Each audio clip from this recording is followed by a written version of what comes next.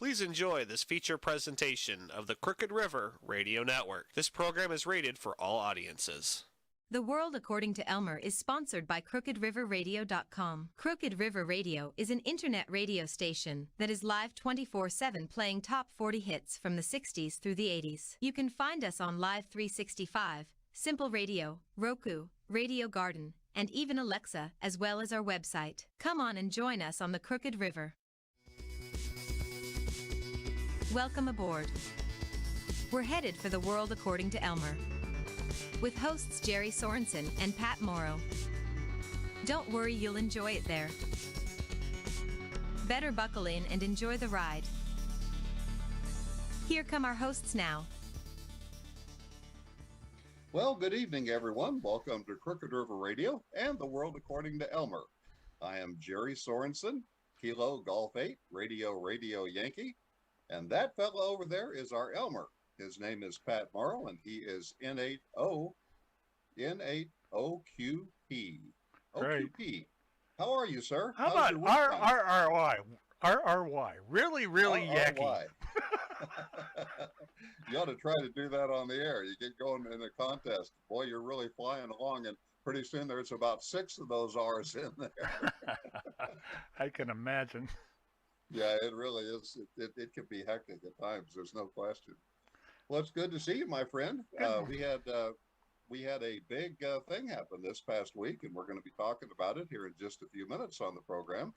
This unfortunate situation in Kentucky, not only just Kentucky, I guess this tornado to hear tale. 255 miles, I think is. Can you imagine? And they said that a tornado was on the ground for most of that. That was a hell of a superstorm.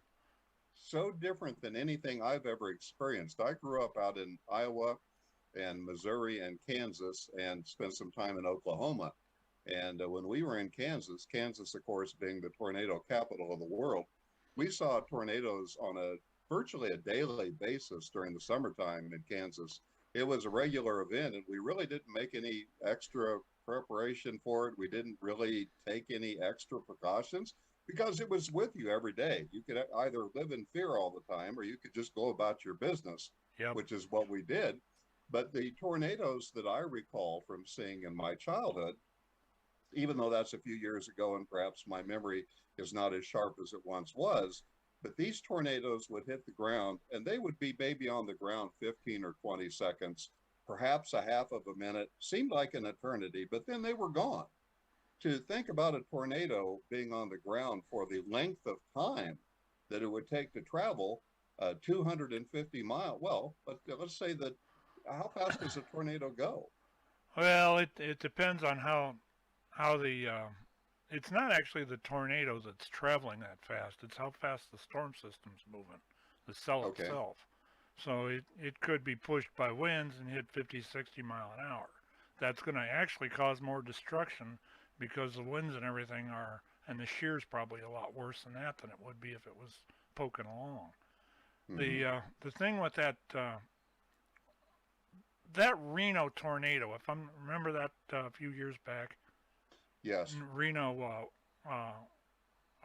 Oklahoma. Right. That tornado, if memory serves me right, that was about 150 mile track of that storm. So you're talking almost 3/4, almost to double it.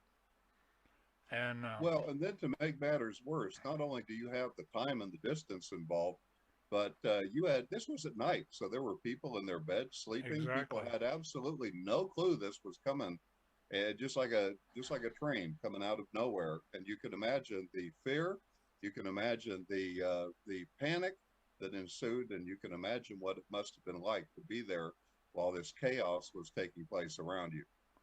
I could imagine that, and I wouldn't want to be there. I've been following weather since about 1975, and or actually earlier than that. There was a group of tornadoes in '72 that scared the living crap out of me. There was no radar to watch the stuff on. The NWS had just more or less tell you where they thought this thing was, and you know, it could track right over your house and you wouldn't have known it. And from that point on, that scared me so bad that I decided I'd never let it scare me again. That's why I've watched the weather and got into the weather stuff as much as I have. I pretty much know what's going on almost all the time around here. Because one of the things that we're concentrating on tonight, whenever something like this disaster occurs, you lose infrastructure. This is to say, many times the power is out. Many times the phone are down. You remember when all the phones used to be hardline phones to Ma Bell? Yep. Well, those days are over. Everybody has cellular telephones, of course, that they carry around with them. Even our children many times carry cell phones, and so get cell phones everywhere. But when the towers go down or the internet service goes out, the supplies that particular cell phone tower, then at that point, cellular telephone communication and really all communication ceases, because even the radio and television stations that are going out and are being on scene and are reporting, even if they're not using satellite, they're using internet to get back to their station. And so a lot of communication infrastructure goes down immediately. That's one of the first things that happens. And traditionally, that has been where ham radio has stepped in. Well, I want to interject a couple things here that you and I talked about for briefly before we come on. Okay. I was on a Facebook group a couple of days ago, and this guy has no idea I'm saying this. I don't think he even knows who I am. But he brought up the fact in this, and it was actually the ham radio group, if I remember rightly. I think if you're in the 2.0 group, the ham radio 2.0, that there was somebody in there that was talking about how he was going to say something that would be derogatory to the core of Skywarn, and how they should have warned people to get out of the way of this thing and told them to get out of that this stuff was coming and it had a path and everything, and that you should get the heck out of its way and all this other. And he blamed more or less Skywarn for a lot of the deaths that happened down there. Now I'm going to tell you something. Straight out. Skywarn is there for one reason. We report to the National Weather Service. We are here to be the eyes and ears of the National Weather Service. We gather what they call ground truth reporting. What that is you go out your door and you see it raining, you call in or report in and you say it's raining, I've got this much hail, and what the current conditions are. The radar cannot see all of this. The further you are out from a radar post or a radar site, the less you're going to see. There could be something at 5,000 or 6,000 feet in the Akron area, and Cleveland will not see it because the radar angle goes up at about a 40 degrees. Right, goes over the top. It goes right over the top of you, right. And where it's going to see at 5,000 or 6,000 feet close to Cleveland, by the time you get out here, you're lucky it sees anything at 10,000. You know, and for them to, the other thing is that being said about what the mission of Skywarn is not here to provide stuff for the public or tell the public where to move. That's true. I cannot, my net controls on this Skywarn thing are not allowed to tell a spotter where he should position himself. There is way too much liabilities because of this.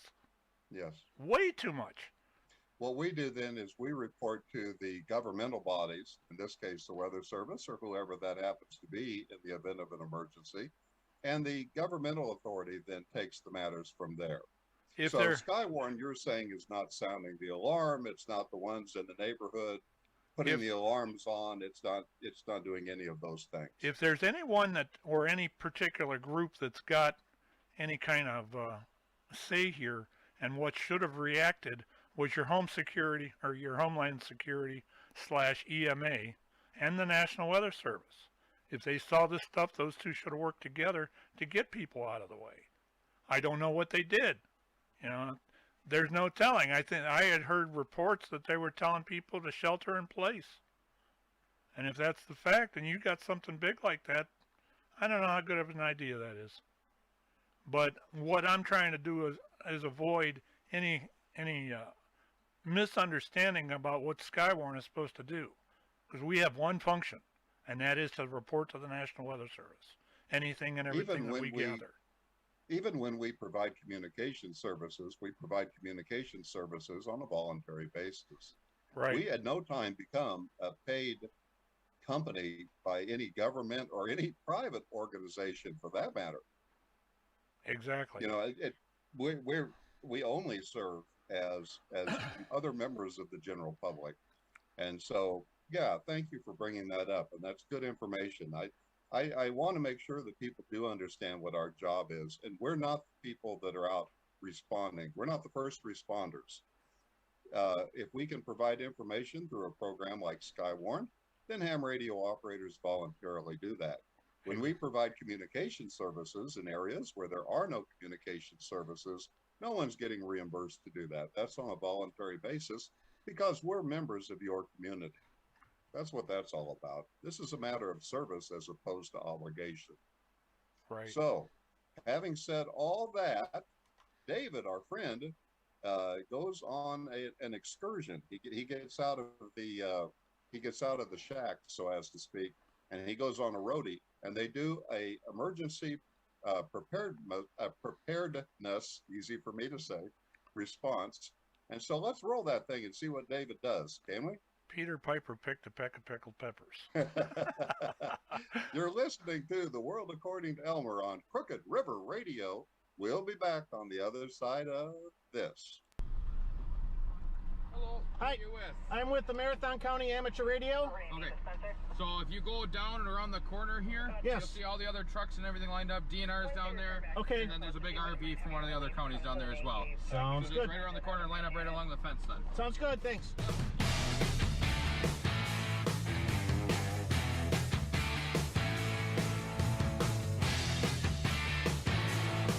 Hi, I'm Michael, KB9VBR, your host for Ham Radio Q&A. I'm on a mission to inspire and educate the amateur radio community, so if you'd like to see more things like that, hit that like and subscribe button. Also, check us out on Patreon. Patrons help keep the mission alive. Today, we're at the NUCOM, or Northeast Wisconsin Public Safety Communications Exercise. This is a drill that happens in the northeast region of Wisconsin. Up to about a dozen counties participate in the NUCOM exercise, and the type of attendees you find here are like law enforcement, fire, EMS, emergency management, and of course Aries races and people that are interested in emergency communications. And that's my role here today, is Aries races as the emergency coordinator for Marathon County. We set up a little station or command platform to demonstrate amateur radio emergency communications to the rest of the NUCOM attendees and participants. Just to tell a little bit about the drill, like I said, this is pulling communications platforms from a 16 county region. A lot of mobile equipment's here. In this video, what we'll do is I'll kind of take you through a few of the platforms. You can see some of the technologies that are in use at the event. We'll also, one of the big things about events like this is interoperability. We discuss some of the issues that are important in interoperable communications, both with via the different public safety agencies and also between the amateur radio community and public safety. And finally, you get to test your equipment, make sure everything is working, and that's one of the things we'll do. We'll do an amateur radio drill, and also we'll do a public safety drill to make sure that we've got all of our frequencies on our public safety radios. As an emergency communicator, we are working with our served agencies, and many times your served agencies will give you permission to use their public safety frequencies under very specific instances, and this is one of those instances. So this is an opportunity for us to actually use our public safety radios along with the rest of the emergency communications or public safety officials. So with that, we'll just kind of take you through the NUCOM public safety communications exercise. I'll let you see some of the stuff that's going on, and then we'll have a little wrap up at the end. First of all, thanks for everybody showing up. The biggest thing, like Frank had mentioned earlier, is the networking of everybody here and seeing what everybody has for equipment in the event that you need it to be dispatched to a different county. So with our agenda, we're going to do this briefing here, and then at 10:30, we're going to do some platform demonstrations. So what we're going to ask you to do, the people that are actually doing the demonstrations on the platform, we're going to have them go to their platforms, and then we're going to count off by 12s, and you'll be split up into a group, and you'll be monitoring Mark 1, and you'll be told when to switch to the next platform. So one group will start on platform 1, and then you're there for about 6-7 minutes, and then you'll be told to go to platform 2. DNR has the primary duty for forestry fire control in the state, so it's kind of cool.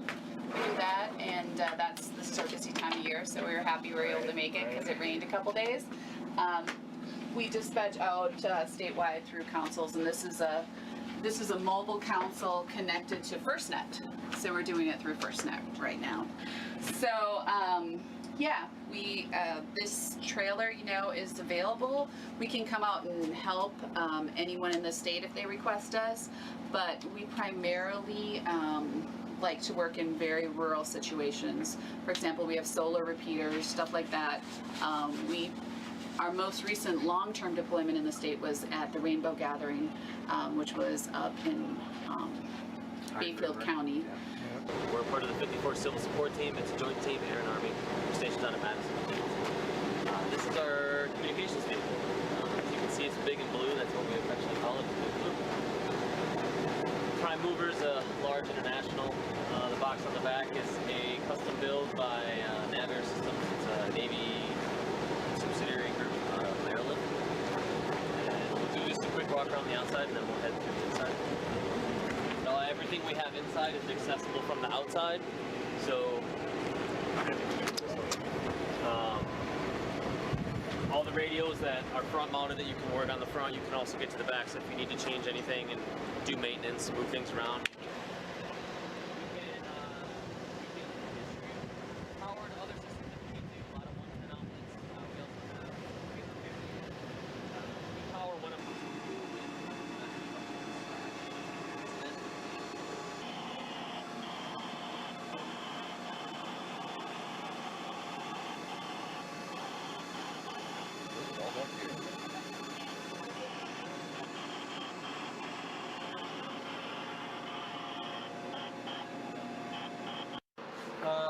I'm Doug Lafredo from Wisconsin Emergency Management. I work in the communications section, and this is our mobile command post, the MCC. Here on the ground in front of you, we have some requestable assets, UHF radios, analog FM, 800, 700 analog FM, P25 and trunking radios you can request. They come with a nice little instruction manual, tell you how they're laid out, exactly how they're laid out. Come out and sign out rosters. You can sign them out as needed. They work on Wiscom. They all have IDs, and they have all the NIFOC, WIFOC, interrupt channels programmed. So everything we have has those channels at a minimum. We have some repeaters that can be requested. 800 megahertz, P25 and analog. UHF suitcase repeater, not P25, just analog. I don't have them with me, but we have VTEC 36, Mark 1 interop, VHF repeaters, suitcase repeaters. Cool thing, we have an ACU you can request if needed. This will be a gateway from, for example, VHF to UHF, VHF to 800. We have mostly all the cables for Kenwood, Harris. We have some Yaesu cables in there.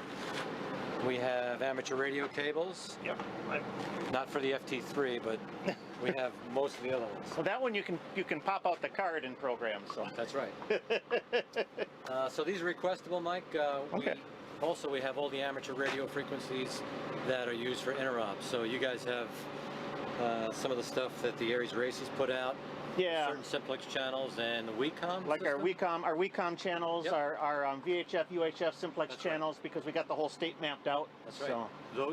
Those are all in the VHF radios. They're in the UHF radios, and obviously not the 800. So everything we ship out has that stuff in it. Good thing is, it's got a meeting area for about 10 to 12 people, so you can run briefings in here. You can do whatever work you have to do. It's fully set up with a cradle point, which has, you can plug the dirty end into it, or you can use, it's got 2 cards in it. It's got a Verizon card and a FirstNet card in it. Okay. So basically it chooses the best one and gives you data based on that. I have 2 repeaters in here, interop repeaters, VTAC 36 and Mark 1. Come on back here. Mike, this is our radio rack. As you can see, we have VHF radios, trunking, analog P25, UHF 800. We have a marine radio. We have an ICOM 8101 HF radio, which we don't have the antenna up right now. We have low band VHF. And the cool thing is we also have 2 ACUs, a 1000 and a 2000. You can patch these radios together. This one here has a card in it. You can run VoIP, so you can send it somewhere else. So the way we use this, for example, is if right now we're on VTAC 36, the repeater setup. Let's say we wanted to go to an 800 channel. We can easily patch 2 radios together. We can take VTAC 36 if need be and patch it to an amateur radio channel as well. Very efficient system, works well.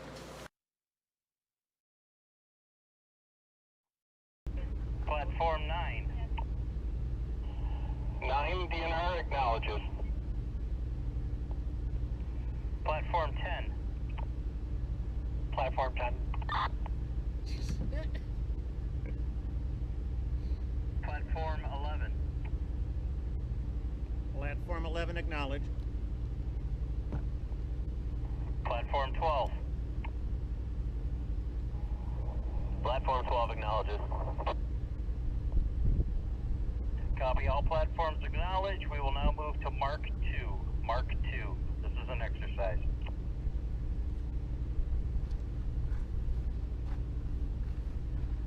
This is KB9VBR net control for the Newcom Amateur Radio Roll Call Simplex Net. I'll be today's net control. This drill net's part of the Northeast Wisconsin Communications exercise held at Marathon Park in Wausau. At this time, I'll take check-ins from Newcom attendees, amateur radio operators that are part of the Newcom exercise. Please call now to KB9VBR. KB9VBR. Kilo Bravo 9, Charlie Bravo Lima.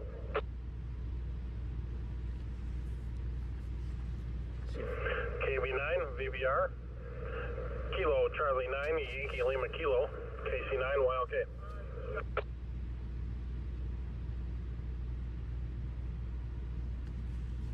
Okay. All right, I got checking in KB9 CBL and KC9 YLK. Thank you much. At this time, I'll now take check-ins from any amateurs listening. Anybody in the general amateur radio community is welcome to check in. Please call now to KB9VBR. KB9BBR from KC9HBX checking in. KB9VBR and 9MEA. Mark and remote. At least we know Mark's working. Is that HGX? HBX. BX. Thank you. All right. Okay, I got KC9HBX and N9MEA. Thank you. I'll take one more standby for check-ins. Please call now to KB9VBR. Well, I hope you found that interesting. And if you have any questions about emergency communications or public safety, leave them in the video comments below. We'll filter through them, and who knows, maybe it'll end up on our next Your Questions Answered live stream. But for more articles and information, be sure to check out my website at www.jpol-antenna.com. Your support of this channel drives the production of future videos. Like and subscribe, very important to us. And also check us out on Patreon. Patrons help keep that mission alive. And with that, that's it for this time. I'm Michael, KB9VBR. Have a great day, and 73. Well, we thank Michael for that nice tape. That was well done, and appreciate it there, buddy. Good stuff. Interesting piece of video. Does that kind of technology really exist? I guess it's the first thing that comes to mind. Yes, it does. And that's just pretty amazing. You know, if the thing that they didn't really say there, if you want to get into any races or areas groups that are in working with the Homeland Security, which was a lot of what you saw there. That WECOM or whatever it was, that guy was from. He actually was probably an EMA director or somebody that was working for the EMA for Wisconsin there. And there is technology. I like the look of that truck. I got to tell you that. That was pretty sweet, wasn't it? I wouldn't mind having something like that. Did you see that antenna thing on the back there? That's a sought after item. I've had a number of people I've seen on the web looking for those. Those are pneumatic masts, and those things are fantastic. I had a friend of mine that was going to try to get one of those once. He almost got his hands on an old news truck. There you go. And it had one in it, and I never did hear much back from him. We were going to put a roving repeater in it, and that would have been pretty cool. That would have been very cool, and I don't know if there's any gear like that around. That could have been something that only your club had. But now, does that type of technology, this was in Wisconsin where Michael is, does that type of technology happen here in Ohio? Well, the other thing they didn't really tell you about is that they do send that stuff all over the country. Most places do. If you have something that's requested and your local Red Cross knows about it, there's a good chance you're going to hear from them and be asked to use the equipment. If not, bring yourself down there. So basically using this gear, from what I could see, professionals could interact with amateurs. Is that correct? Exactly. And a lot of that transpires. Back during the elections, when we had the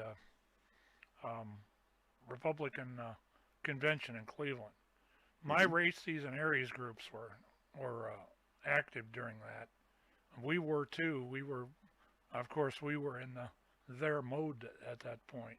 But we were all on standby. If something would have happened, we would have all got called in, and we would have been handed one radio or another.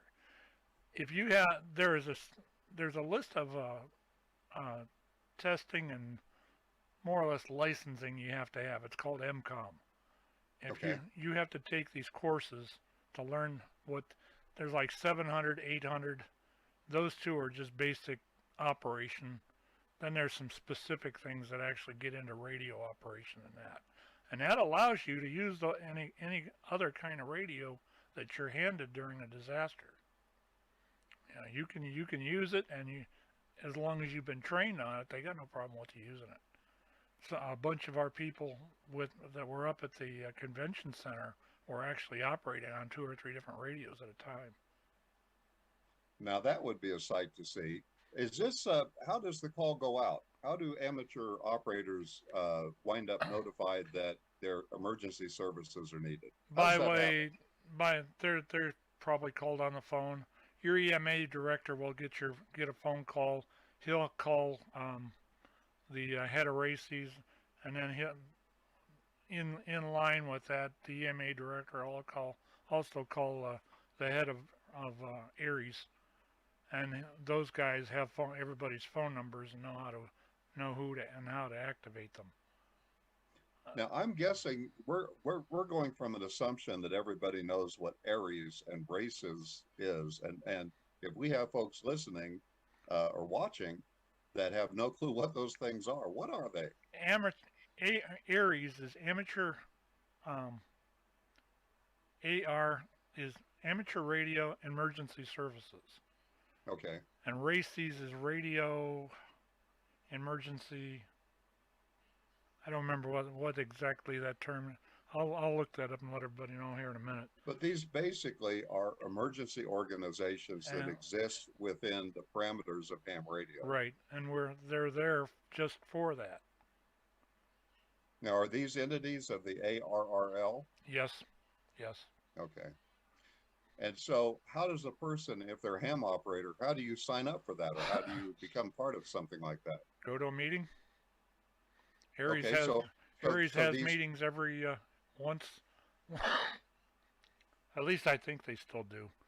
I haven't talked to our Aries director recently, but They usually have the meetings the last Thursday of the month, except for December and January. Then they pick it back up in February. You go to the meetings, you can get signed up that way. Okay, well, this is all good information to know. When there is no communication, ham radio is often the communication or the point of communication. And there are many ham stations in the United States of America. There are ham stations, if you're just tuning in and you're not an amateur, there's ham stations in your neighborhood. Perhaps you don't even know where the ham stations are. Or maybe that guy beside you, you've wondered what that big piece of aluminum in his backyard is. Well, maybe he's a ham operator, who knows? We've got a video here I want to run though, Pat, about an emergency situation where ham radios and ham radio operators were involved. This is good stuff. It's pretty frightening. I remember when this actually happened. I had used this clip on one of my shows before. So we'll go ahead and roll it whenever you're ready. Okie doke. You're listening to The World According to Elmer on Crooked River Radio. We'll be back. Radio hobbyists like these guys could potentially save our lives in the event of a nuclear attack or any disaster, really. It turns out there's a lot of them in Hawaii, and we went to spend some time with them. And then this happened. A missile may impact on land or sea within minutes. If you are outdoors, seek immediate shelter in a building. If you are driving, pull safely to the side of the road and seek shelter in a building. Are you guys there? This is not a drill. There was a false alarm nuclear missile. It's insane. Just go turn on the TV. Bye. Joining us now, MSNBC correspondent Jacob Soboroff. He is at Waikiki Beach. I have to tell you, David, we have been here the last couple of days shooting a story. The sirens did not go off, but it does sound like those push alerts came through to many people's phones. And the story we're actually doing here for NBC Left Field is, in the case of an electromagnetic pulse from a blast, 90% of people may be without communication, and ham radio is actually one of the ways that you'll be able to hear what's happening. Because, again, I was in that room yesterday, inside a bunker, inside the Diamond Head crater, here on... Yeah, we were in Hawaii during that false alarm. So if this, or any big emergency, actually happens, where our cell phones don't work, the internet goes down, and all else fails, these guys are the communication link. And they assist a lot of major groups. Like Hawaii's Department of Emergency Management, which isn't just preparing for natural disasters anymore. We plan all hazards. After the false alarm, Miyagi resigned, but his message remains. Now, this North Korea missile thing is unlikely, but it's an elephant in the room. We can't ignore it. It all goes down in here? It all goes down in here. It's only 20 minutes from the time of launch to impact. So, God forbid the call ever came in that a nuclear missile is heading this way. It's going to come through this phone right here? Yes. Holy mackerel. Yeah. What deja vu, man. For those of us who grew up in the Cold War. They have about a minute or two to authenticate it and make a decision to activate the statewide siren system. Hawaii's been testing this since late last year, and it was last used during the Cold War. The models show maybe 10%, 20% casualties. What about the other 80%? Smartphones and iPads and all that. We have to accept the fact that these might not be working after a disaster. You see good enough in the shadow? Yeah, I can see. Thank you. Okay. Ham radio's capability during an emergency is critical.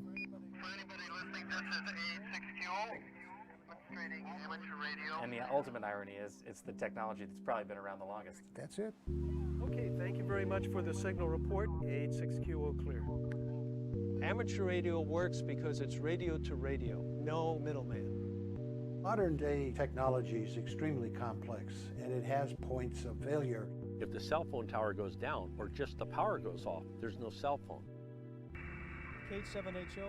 All I need is a radio, a power source, transmission line up to the antenna, and I'm on the air. While this seems like a kind of antiquated, maybe nerdy thing to do, this is the foundation from which today's communication systems stem. So your cell phone, it's actually got a lot of radios in it. You just can't control them. But the thing is, with these, you can. What we have are what we call directional antennas. So we have a wire right over your head here. From Olamana Gardens, you're going to hit Chicago, New York, yeah, Los every Angeles. Night. Last night we were talking to London. Without satellite dishes or... Nothing but a piece of wire.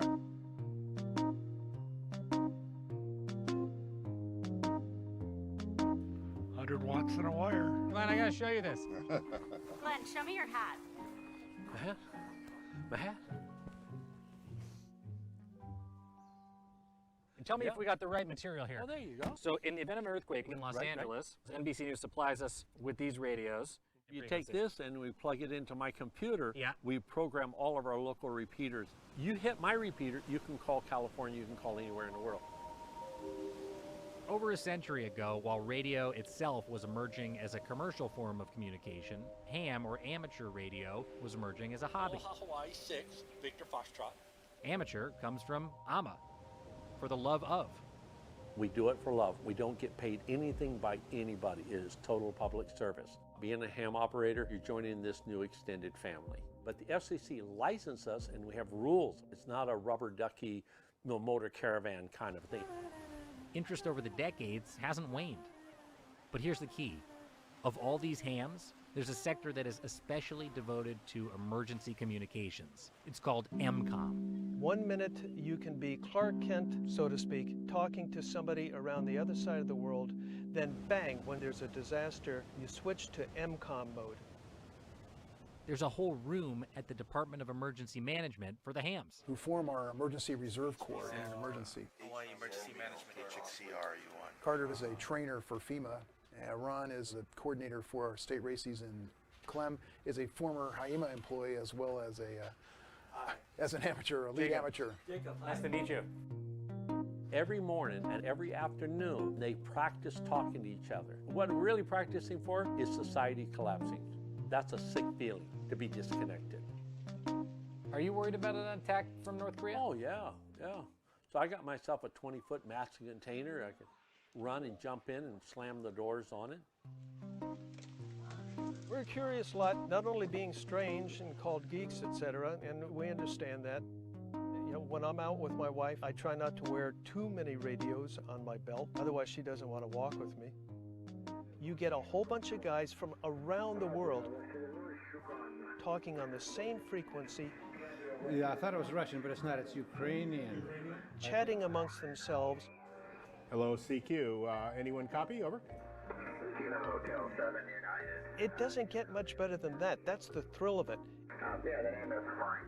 QTH is the town of Laura Victoria. It's the original social media.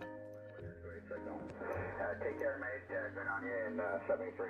Roger that, Frank. Thank you very much. We hope to talk to you again later. 73 is Aloha from Hawaii on the North Shore with the pounding surf down below. QRZ, anybody else? You know, you got to think, you're a retired person. I'm a retired merchant marine captain. You're 68 years old, living in a farm out in Hawaii. You kind of get disconnected. And this way keeps you in touch. It's a great family out there. The emergency radio thing gives it great purpose. The radio guy on Titanic, tapping out as the ship was going down, still tapping.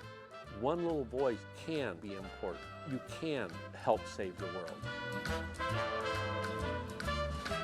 Watch more left field stories, including this video on how Japan prepares for a missile attack. And everybody prepares, and that's the point. There are people that do nothing but think about this stuff night and day. Yep. I not just paid professionals. These guys live for this stuff too. And I have seen some of these groups. The weather group that tell us about the weather situation in Akron and how our ham radio is involved in that. Well, the way that we work things out, we usually use the 2.7 repeater. The way that Skywarn works is I have a net control station that sits on the repeater, and if somebody is seeing weather, he identifies himself. The net control goes to him. He gives his report, usually 20 to 30 seconds worth, giving me updates and whatever. Gives me his call sign, and then I in turn have, it depends on how active we are. If it's a really busy storm, I'll probably have a liaison there to actually run between the backbone, the phone, and everything else to let the NWS know what's going on. But I take the information in, I process it, figure out if it's got to go up right now or not, then I make sure the net controller or the liaison heard it and release it from, tell him to go ahead and take it up. And what he'll do is he'll either go to the 6-meter backbone or he'll call it in on the phone and then let them know what's going on. The one route on the telephone is to actually call up there and ask to talk to the ham that's on station. That way, if it's anything vital, it can go right out over the air while he's sitting there on the phone. And I've had a couple of instances where that's happened. Okay. Basically, what they do up there when they take the calls in off of the radio, they'll take and turn it over to the forecaster. They'll type it out, turn it over to the forecasters, and they handle what they need to do with it. Now, how do these hams know the things that are important to report and the things just to let go? Training, I'm training, there must be training, and more training. Did I say training? I heard training. The NWS actually does in the springtime. They do training with themselves. I'm a certified. I can do it if they give me the permission to do it. I have to ask them if I want to meet with a group that says, "Hey, can you do a training for us?" Oh yeah, I can do that. Not a problem. I've actually given 2 or 3 of those before, using the same PowerPoint that the National Weather Service uses. Okay, then where we go from there, if you, like our group does, we'll have the NWS do the thing first, and then a month or so later I'll come along, especially if I'm getting erroneous reports. I'll take and come along and I'll say, okay, we're going to do a meeting via Skype, or via Zoom, or we're going to meet down at the library. If you get a chance, stop down and let's talk about Skywarn. They'll come in. I'll do an hour display. I also go around I've been invited to different groups to do the same thing. I'll put on an hour presentation on what you need to do locally and understand locally. There's a lot of stuff that they don't want to hear. The NWS doesn't want to hear about lightning because there's lightning in every storm. They don't want to hear about thunder. There's thunder everywhere. What they want to know is specific stuff. They want to know if you've got quarter size or larger hail, although they'll take reports of pea size. They want to know if you've got quarter-inch size hail. They want to know if your winds are over 58 miles an hour. They want to know if you've sighted a funnel cloud or a wall cloud. There's a ton of stuff that they want to know about. The hail has to be 3/4 of an inch or longer, or 3/4 of an inch or bigger. They want to know where it's at, how long it's been happening, and what time did it quit, what time did it start. Now, those are things that as a net controller is going to ask you, and if I don't ask them or if I forget to, the NWS is going to say, well, you need to go back and find out what time it started, and then I got to go back to the radio and call that particular person. And that exchange happens. They also want to know about stuff. When there's no tornadoes going on, they want to know about storm damage. If you've got trees, they want to know what size the tree was that fell. If it's an old tree, if it's a new tree, if it's how big in diameter the branches are, and if it's blocking roads or if there's power. The power outage thing they don't really care too much about, but they will say every once in a while, if you get any power outage reports, we'd like to know about them so we can tell where they're at. This is all stuff that when I get it in, I have to filter it myself.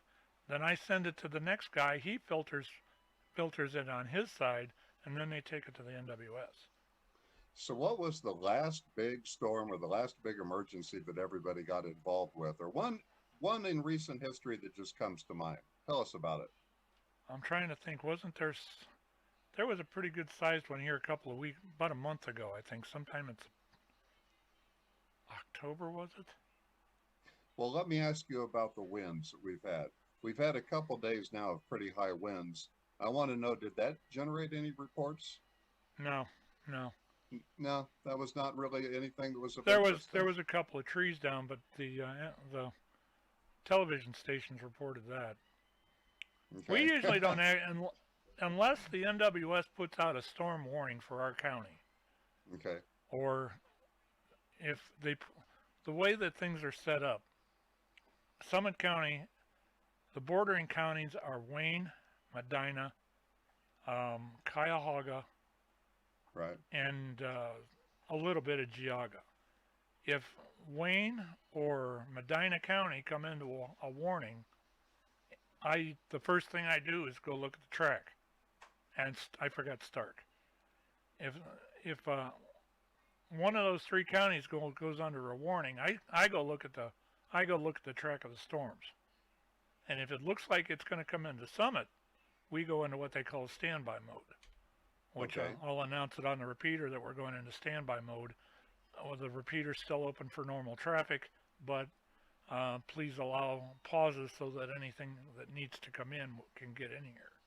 No time for big 10-minute long rag chews. Exactly. And then after Okay. that, and during that, I'll take a lot of times I'll sit on a repeater and take check-ins just to see who else out there and That's a good who idea. wants to let me know that they're here. And then when we go into a directed net or we go into a thunderstorm or tornado warning, we go into what they call a directed net, which means there is no more chit chat on a repeater. This is our net then. And then what we do, I'll take the report, I process it, and as I'm taking that report, I'm asking for more reports. And as soon as I unkey the mic, if I got another one in, it gets written down too. The process, reporting takes, most of the time, it takes 30 to 45 seconds for a good one. Because you got to know the who, what, where, and when. Right. And once you get those four things, if there's no other details to it, then you move on to the next one. And most of the spotters, when they go to the trainings, are told, if you don't see a tornado, or if you don't see something that's worth reporting, don't report. Now, we're not here to rain chit here chat. in the backyard. You're not interested. I'm going to tell you, Jerry. You want to hear want to hear some of the reports I've gotten in the past? Please share one. Oh, I'm over here in Norton, and the sun's out over here. I don't know what you guys are talking about. I'm up here in Cuyahoga County, or I'm up here by the border of Cuyahoga County. I'm looking to the north, and I see the moon. Honest to God. Oh, that's good stuff. Or it's thundering like the dickens over here. No, it's thundering, yeah. Well, that will happen, right? Or, 15, 20 minutes ago it was raining over here, but now the sunshine. Those are my favorite. The old sunshine reports, buddy. Sunshine reports. The National Weather Service is vitally interested in sunshine reports. The other thing, though, that we do, and I'm not going to say which public service branch did this, but there was a time there where the public service branches were reporting stuff that didn't exist. They would report a wall cloud or something to that effect, and it really didn't exist. And what the nice thing about my spotter net, or this spotter network here, is that if I've got people in most areas, and if I've got a tornado warning, or I've got somebody saying I've got a funnel cloud, or the National Weather Service has reported a funnel cloud over this particular area, I can knock that down in a heartbeat if it's not there. And I can also confirm it if it's there. Mm-hmm. There's things that you Let me look ask you for. a question. When you push a report up to the National Weather Service and you say, okay, we've got what appears to be a funnel cloud and it's this location outside of wherever, can the people in the National Weather Service, do they have the ability to be able to actually go to a radar Yes, sir, and they do. confirm that? The nice thing about these, the way that they've got this formatted now, he's sitting at a computer desk with a radar on it. Okay. And in fact, the one storm that I remember I had to call up there was a couple months ago. I had somebody tell me that there was a funnel cloud over the Akron Airport, Fulton Airport. Fulton, yeah, right. And it was tracking supposedly right up through by my house. Well, I looked out, and I thought, man, I think I'm going to call the Weather Service. It was over Acme over here off of Wedgwood. Okay. Where it was. And I thought, I looked down that way, and I'm not but a couple miles from there. I better call that in. So I got on the phone. I called. The guy answered National Weather Service. I said, this is Pat from Summit. I said, I got a couple of reports of a funnel cloud at Wedgwood and 91. He says, well, wait a minute. I'll take a look here. Yeah, I see the signature. It's there. And that's amazing. That's kind of a. When they can see what you can see, that's really something. And that's yet it's the amazing. Payback here. They still do rely upon human beings to carry the water. I've got a clip. Maybe we should play. I want to do a Skyborn thing on here, but I was going to wait till next spring.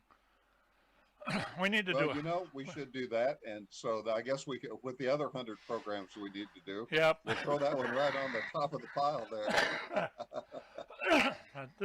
I have this clip of this guy from the late 90s, early 2000s. There's a guy these two guys that were out in Arkansas, and they demonstrated how the Skywarn system worked. Okay. And he says, what do you get paid for it? Nothing. What do you get out of it? He says, everything. He says, it's some of the coolest stuff I've ever done. He went on to talk about his spotting of this one storm. It was like a couple of days after New Year's out there. And at the end of it, he says, what do you do it for? He says, plain and simple, protection of life and property. He says, you bet. He says, if I can save somebody, I'm all for it. That's a giving back to the community that so many hams are involved with, whether it be to the community in large, like people that do Skywarn or people that work with emergency groups like MCOM and whatnot. But it also includes people in the ham community that reach out in other ways also, like to the ham community itself. Perhaps they become a VE, or to the outer greater community in other ways. And so a certain amount of our hobby has always been volunteer, and it's always been community service. And that's one of the things that I know that I'm most proud of. Well, people, in fact, the ARRL recently has been almost militant in their point of saying, this is nothing more than a hobby. This is not about anything else. This is just about being a hobby. In fact, they're seeing that so much now. I am afraid that what's going to happen is some people that determine whether or not our services are needed for emergency situations are going to come to believe that story, that we have nothing to do with community service, that we're just about a hobby. And for many folks, like you said, the people that live and die Aries and races and those groups, that's not going to sit well with them. Nothing is further from the truth. Amateur radio was made a service because of what we do, because of the fact that we do volunteer, because of the fact we're available when nobody else is, because of the fact that we're the first line and the last lines of defense. That we are a service. That's all there is to it, and they give us the privilege of being considered a service instead of just a hobby. Well, I think that that's good to point out, and that's something that's just not being said today, and yet it's a big part of the blood that flows through this hobby. So I know that I'm appreciative to those who have served at these things in the past. I can't imagine what would happen if we were to get involved somehow and to be like part of that program out in Hawaii and hear all those people get this warning. I mean, could you imagine? Could you imagine hearing that? Can you imagine driving down the road? You're on your way back to the hotel from the beach, and this announcement comes on the local radio station that you're to pull off on the side of the road and try to shelter yourself in place as best you can. Wow, that's scary stuff right there. It And really so is. this is all very real. And it was One of the things that we talked about this for just a moment last week, and we'll wrap up with this tonight since we're about out of time. But one of the things we talked about last week is there are people that will say anyone can use a ham radio if the hits the fan. The way that the laws are written in times of emergency where lives are being threatened, I can pick that ham radio up and I can get it out of the closet. I can dig it out. I can connect it up maybe to a power supply if I can figure out how to do that, and if there's any power. And I can somehow talk on this device, and I can reach out to the other people, and I can get help, and they have no clue what to do. This is the reason that the ham community has networks, and this is the reason that they constantly practice, because learning on the day of the disaster is not a good day to learn. Precisely. So if those people are going to get radio. that, if those people are going to get that radio out of the closet, there better be a life and death situation when they key it. Yes. Well, that's right. And besides that, it doesn't matter whether they're licensed or if they're not licensed if they don't know how to operate it, and they wouldn't have any clue how to raise it, and they've never programmed their radio. It's just a piece of junk to them at that point. There's no communication that exists in and of itself in that radio. It's the knowledge that exists up here that makes that radio work. And so that's what we do in our local clubs and in our communities where we have networks and we interact with each other. And as Pat said earlier in this program, that's precisely how we learn who is there and where our stations can reach and who is available to us if we need to pass along emergency information. So this is all good stuff, Pat. Yeah, I enjoyed this tonight. And we will do a complete episode on it, maybe more, just as we feel needed. Definitely, as we get towards springtime, is something that we'll want to revisit and talk about again. Yeah, once I would like to, like I said, I'd like to do something on Skywarn once, just to have it in the archives. Sounds good. I have been a ham radio operator. Oh, I think I was 40 something when I got into it. And 39 or 40 years, I don't remember. I'm old. Would have been 1991. You're the same disease I have. Pat. 1991 is when I picked up or got my license, and wow. It goes through my blood. Yep. Like that's what happens to a lot of people that get in here. A lot of people will get in. I never hear anything on it, or they're just not looking for the guy fun. that never actually presses the transmit switch. So that's not. He thinks we all know he's there. If you look for the fun in amateur radio, you'll find something that you love.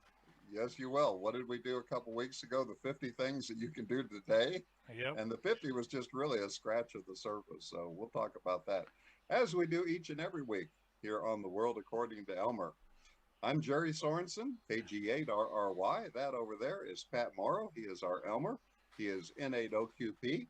And you are you, and we're glad that you are here with us tonight, and we hope that you'll join us each and every Tuesday evening at 7 o'clock right here on Crooked River Radio for the World According to Elmer. Before I let you go, Mr. Elmer, how is the Christmas shopping coming for Mrs. Claus there?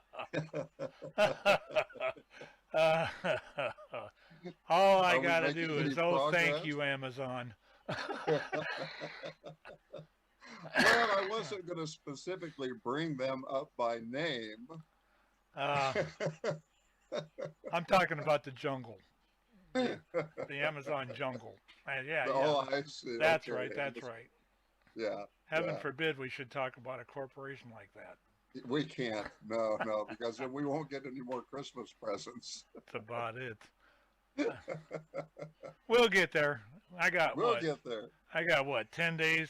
Yeah. You're good. I got 10 days. You're golden. We'll make that. speaking only for myself, I try never to go out shopping for Christmas until about 3:30 on the 24th. Oh, by 3:30 on the 24th, I'll be at a party, and there won't be no more shopping. What I'll be doing is I'll be down at the local big box store beating up somebody's grandma over the picked over merchandise. So it's all good. All right, folks. Thanks for being here. We'll see you next Tuesday evening. 73 all. 7-3 all. See ya. Have a good week. We hope you enjoyed this presentation of the Crooked River Radio Network. See you again soon.